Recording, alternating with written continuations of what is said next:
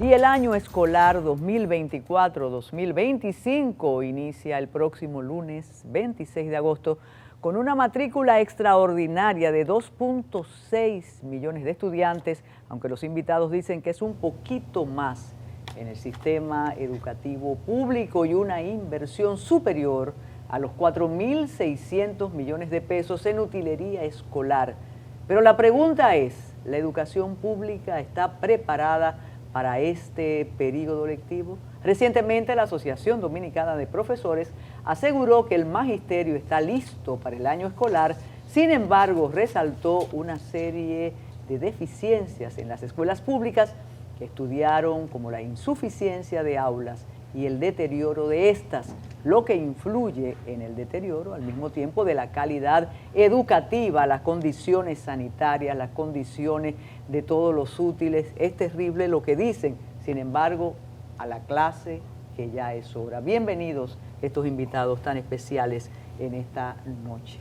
Tenemos a Miguel Ángel Fernández, candidato a presidente de la Asociación Dominicana de Profesores, y al profesor Oscar Amargós, viceministro de Supervisión y Control de la Calidad Educativa del Ministerio de Educación.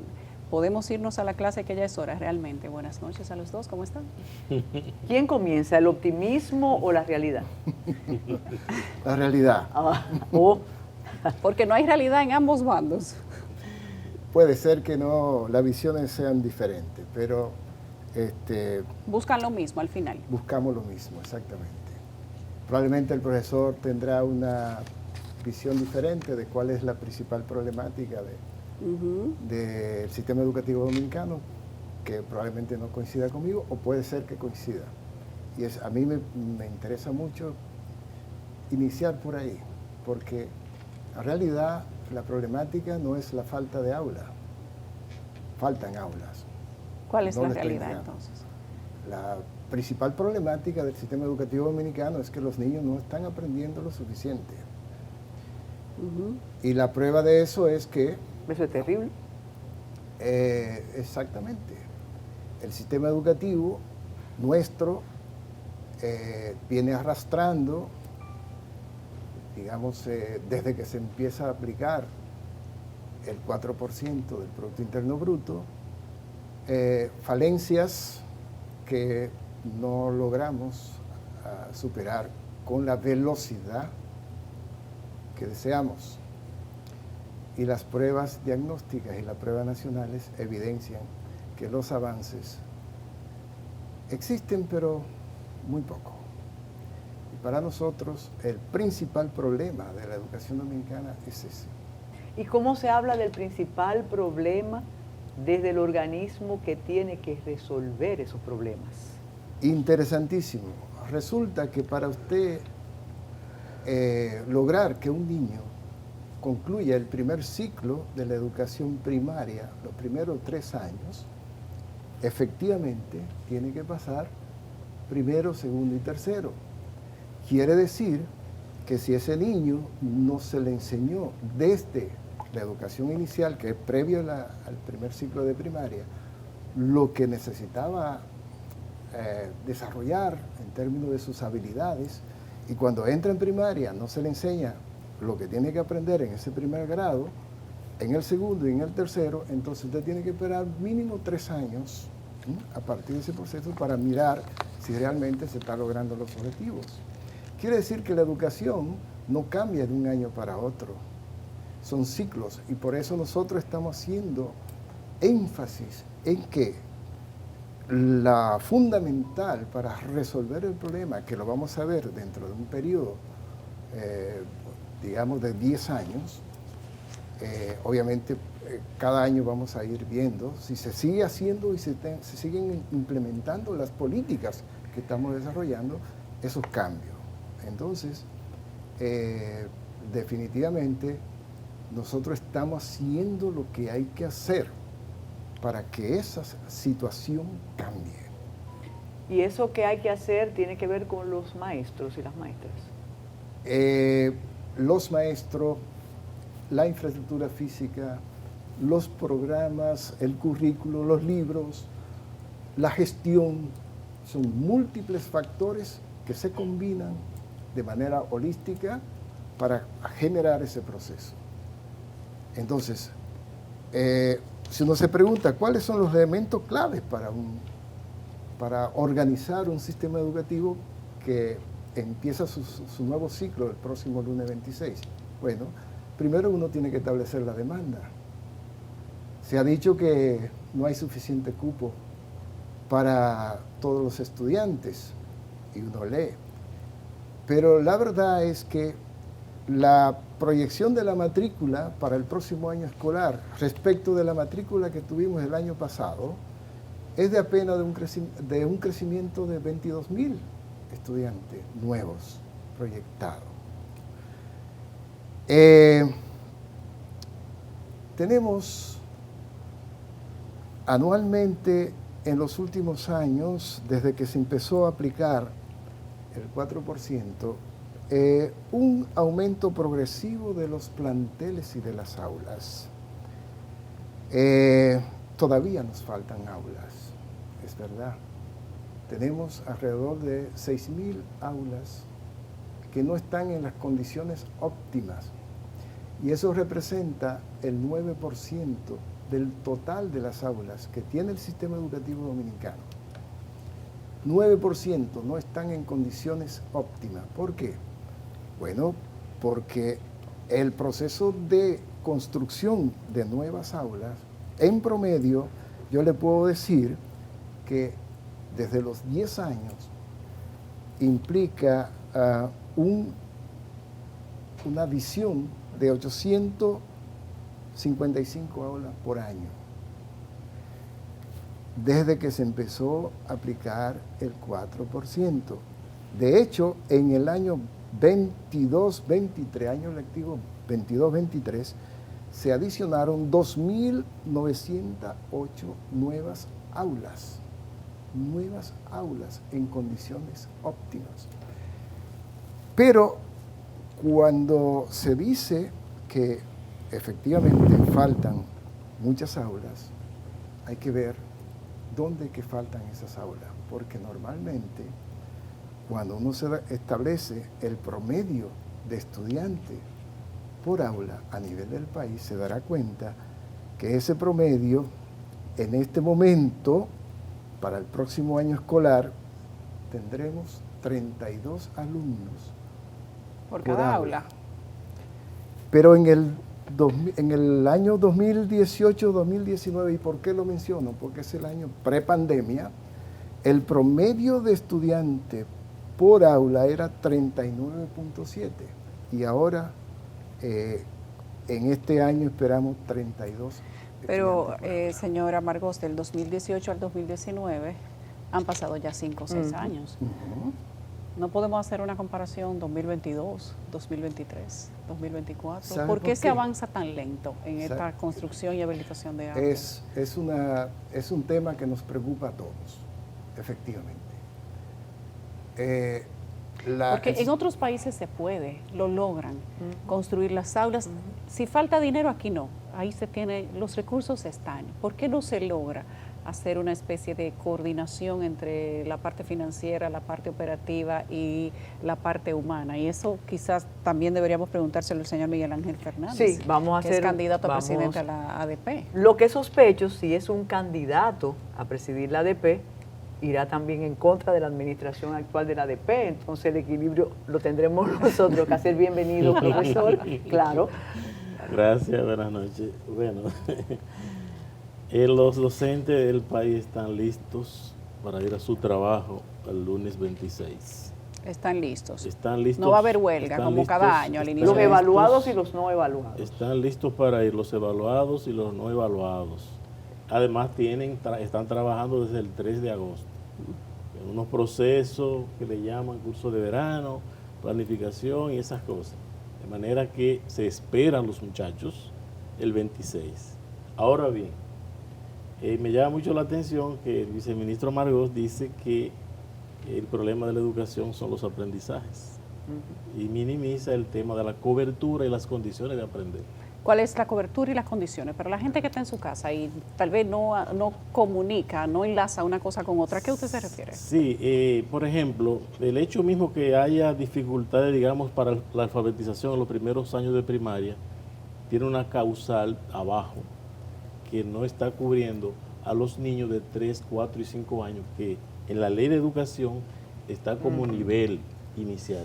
Aquí le llaman de 0 a 6 el inicial, porque suman los párvulos, maternal, prekinder y kinder. No, es que la ley de educación, cuando establece 3 niveles preuniversitarios, establece el inicial, el básico y el medio. Hay una ordenanza que contraría la ley y vuelve y regresa el concepto de primaria y secundaria. Cuando en la ley, en la misma Constitución, los niveles son inicial, básica y media. Y por ahí hemos tenido todo un proceso de contrarreforma contrariando a la ley. No, eso no existe en la ley. En la ley no existe Ese la secundaria. no existe. ¿Y la media llega hasta dónde? ¿Hasta cuarto de bachillerato? La media en la ley de educación actual concibe de primero a cuarto. De primero, pero ya no se llama así siquiera, ahora es primero de secundaria, Contrario a la segundo ley. de secundaria. Han venido obrando. Cosa que uno, déjeme decirle, como esa no es la época de uno, yo tengo que ir a averiguar cuál es segundo de secundaria, equivale a qué para uno. Materia intermedia, bachillerato, bueno, primaria, el tema prekinder. de homogeneizar el país como si fueran maquila, zona franca, ¿verdad? A los estándares que tienen aquellos hegemones. Pero cuando aquí se concibió el currículo y ese plan decenal que se generó entre el 90 y el 92, fue sobre la base de un estudio histórico, sociológico, antropológico del país, y generó los fundamentos del currículo y generó el primer proyecto de ley general de educación. Entonces, alegándose reformas y cuantas cosas han venido modificando. Fiallo tú ahí muy... Correcto, muchísimos humanistas. Sí. Y resulta que en los últimos años, metido en esa moda que manda el hegemón, el capital mundial, ¿verdad?, que no solamente se limita a los asuntos económicos, sino que está metido en la seguridad social, en la salud, en la educación, y ahí están dictando normas para homogenizar. Y ese tema de homogenizar, por cierto, si algo está pasando en la escuela muy grave, es la pérdida de la libertad de enseñar. ¿A qué usted se refiere? La maestra que alfabetiza necesita más libertad, porque ella en el acto vivo de la enseñanza debe descubrir en los ojitos de sus chicos el circuito del aprendizaje. Y la escuela está muy normalizada, muy normatizada, demasiado regularizada. Y viene un técnico y le dice, no, eso no es así. Y a la semana viene otro, no, eso es así por aquí. ¿Ah? Y hay todo un proceso de intervención, de pérdida de esa Pero eso autonomía. significa una inspección del trabajo de los maestros y de las maestras. Y sí, una inspección y una obligatoriedad en unos métodos y planes que fuerzan al personal a obrar de manera rectilínea, sin la flexibilidad necesaria para descubrir en ese propio docente el pedagogo o la pedagoga que hay. En la escuela se ha perdido libertad de enseñanza. No es que la gente vaya a la escuela a dar lo que le dé la gana, no, se supone que hay un currículo y hay un programa, pero el acto mismo de enseñar tiene que tener necesariamente ese acto de soberanía, de autonomía. ¿Y eso no se discute en el ministerio con esa posibilidad de diálogo? No, en la escuela hay una dictadura y una verticalidad ¿Una dictadura? horrorosa, pavorosa. ¿A qué se refiere? Y miedo. Se ha infundido el miedo en el personal docente, porque hay unos funcionarios medios, ¿verdad? Pero no solamente medios, el mismo ministro vive con el látigo en la mano, dándole latigazo a los maestros. Y sus funcionarios que siguen lo hacen igual.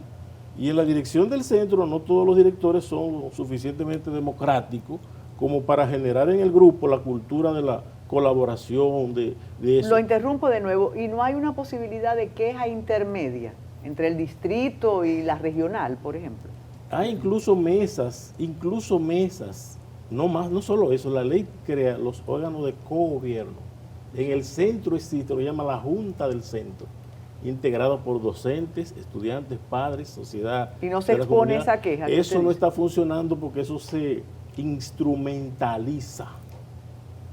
Mire, la Ley General de Educación, que ahora la quieren cambiar, porque es obsoleta, debo decirle, que lo que tiene son 27 años. Y el Código Civil y el Código Penal tiene 100 y pico de años. Entonces, hay una premura que lo que procura es legalizarlo, todas las arbitrariedades que han hecho por encima de ella misma, porque la ley crea los mecanismos de participación, de descentralización y de cogobierno, para que haya los contrapesos. Pero eso no los es auspicioso diálogos. para el inicio del año escolar, entonces. No, tenemos muchos años con esa tensión, hay mucha tensión en el mismo centro. Le voy a decir algo, Omar Goz. La escuela es la unidad educativa básica. En la escuela es que se verifica la producción educativa de los aprendizajes. Y allí tiene que haber el ambiente de, digamos, de empatía, de afectivo, constructivo, democrático, para como colectivo arrancar. Eso está fragmentado. Bueno, Los centros están fragmentados, hay un grupo, un equipo de gestión, hay un director, hay una unidad de la ADP, hay cuántas cosas generan mucha tensión. Pero eso influye en el trabajo educativo. Pero claro que sí, por Dios, claro Vamos que a ver. influye. Y vienen las pruebas diagnósticas que usted decía, y las pruebas nacionales y las PISA, y luego dicen los funcionarios desde una tribuna, míralo ahí, pero lo que sacaron fue lo que ellos dijeron que se hiciera. bueno, Habría que ver si de verdad lo que está sacando la escuela es el fruto del trabajo pedagógico, autónomo del docente, porque hay una imposición que quita esa libertad. No, además, el viceministro dijo que no se puede evaluar tan rápido, de modo que ese mérito PISA no le corresponde a ellos. Pero fíjate que algo pasa. Sí. Fíjate que hasta en el ambiente entre las dos instituciones uno Bueno, siente que hay, no, la mira, tensión está en el aire. Y se fastidian la ¿Por qué no muchachada. exactamente, al mira, final, el mira. resultado de todo esto es que No. República Dominicana no tiene una buena No. clase estudiantil. bueno, mire, podemos estar haciendo análisis. La realidad es que necesitamos tomar los puntos de convergencia. Por ejemplo, yo digo, tal como dice el profesor Miguel Ángel, y nosotros decimos, el Ministerio de Educación se expresa en el centro educativo, en la escuela. El director o directora del centro educativo es el ministro o ministra del sistema educativo. Lo que pasa allá es lo que realmente importa. Y le voy a poner un ejemplo. Hay escuelas que usted la observa en términos físicos y no están en buenas condiciones. Pero que resulta, el ministerio traspasa directamente a más de 1.700 centros educativos dinero para el mantenimiento de la escuela. ¿Por qué esa escuela no se refleja que está limpia, que está organizada? Un problema de gerencia. ¿Cómo se gestiona la escuela? Y el profesor y yo estamos de acuerdo en eso. No es la decisión del ministro lo que pasa allá en la escuela, es la decisión del director y su equipo de gestión. Entonces, ¿a qué nosotros apostamos? A darle la visibilidad y transferirle todas las competencias y los recursos para que esa política educativa se materialice en el centro educativo. Ahí hay un punto controvertido, porque una cosa es que digamos que haya un flujo de una caja chica para gastos menores, y otra cosa es la necesaria autonomía del centro, hasta del propio distrito. El distrito es un funcionario, Pero una instancia media. Miguel Ángel, perdona que te interrumpa. Sería muy bueno que tú explicaras qué es lo que tú entiendes por la autonomía del centro. Son tan autónomos que a veces el centro se para por decisión del comité. No hay autonomía. Hay una dirección vertical desde los mandos centrales del Ministerio de Bueno, Educación. la dirección, Las direcciones regionales dicen, no, eso no se puede hacer. El director dice, no, eso no se puede hacer. El director de la escuela, no, eso no se puede hacer. O sea, Hay limitación en la autonomía de la gestión educativa en la República Dominicana. Hay limitación en la autonomía. Sí, claro que sí. ¿Y desde dónde viene la limitación? Porque si el Ministerio de Educación mantiene los fondos, paga los servicios administrativos, paga el personal, ¿qué falta para que las escuelas se mantengan en buen estado? ¿Esos fondos acaso llegan oportunamente? Esa es una buena pregunta. Porque en los últimos estudios que tenemos... Y dinero hay.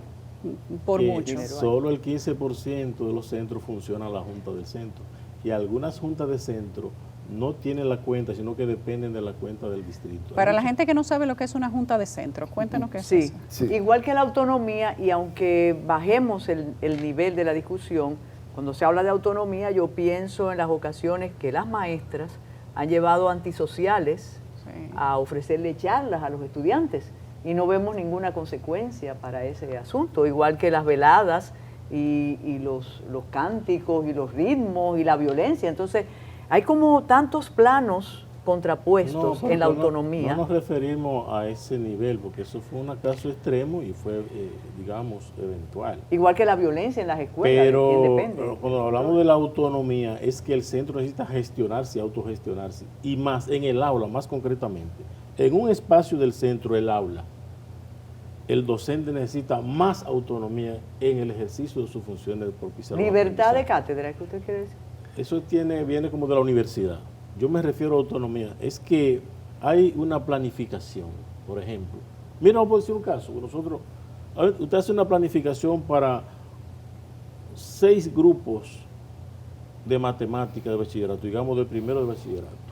Y usted planifica su clase, digamos las ecuaciones de segundo grado.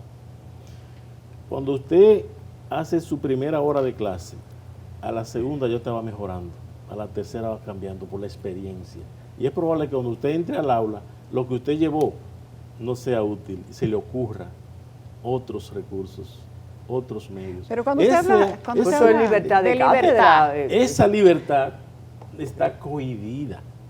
Hay un modelo educativo, lo que llaman educación por competencia, porque le voy a decir algo, dentro de esa contrarreforma que desmonta la reforma de los 90, está el modelo de educación por competencia, que en términos de literatura, en narrativa, dice, este currículo tiene una dimensión sociocrítica, una dimensión sociocultural y una dimensión de educación por competencia.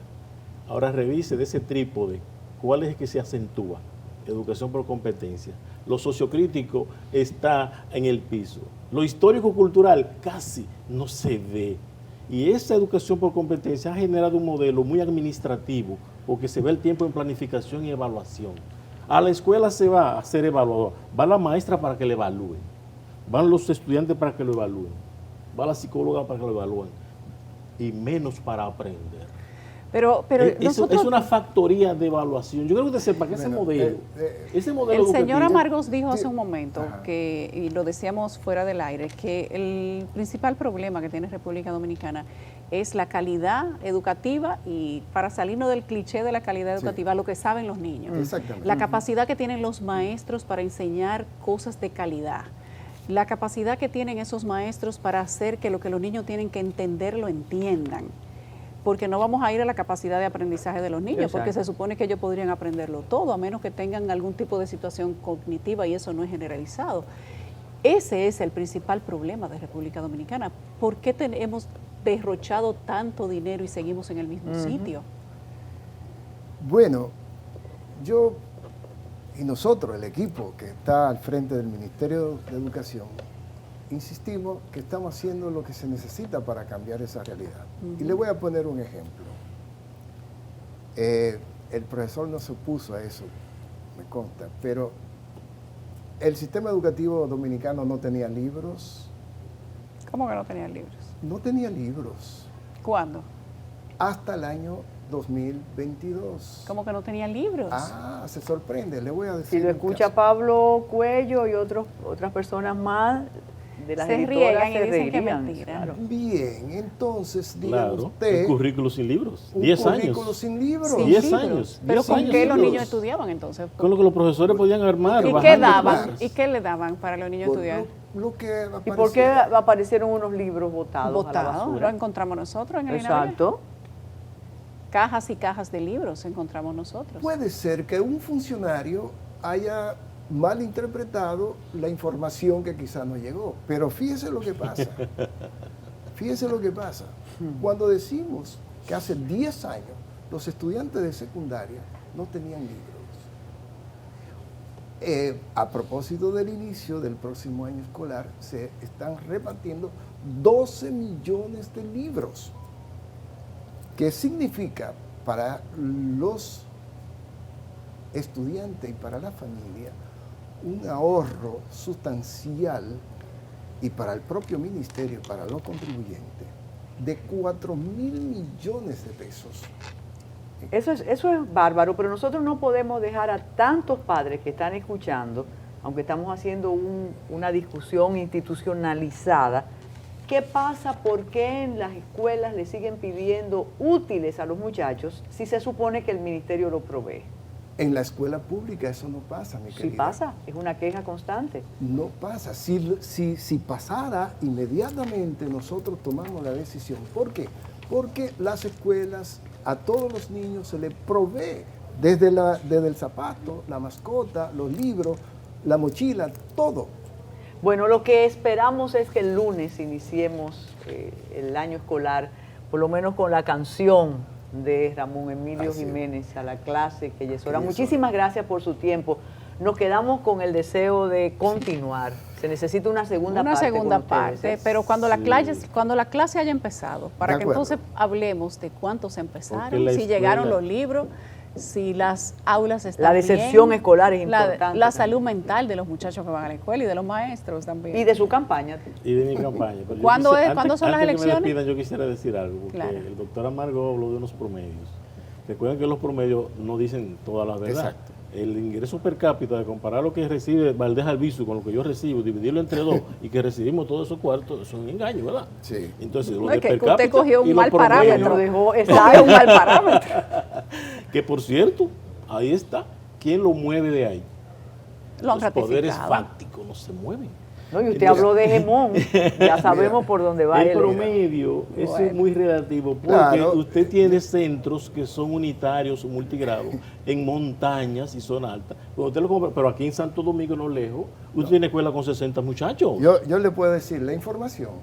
Las regionales, Santo Domingo, que se dividen en dos, Santo Domingo Distrito, Santo Domingo Este, etcétera.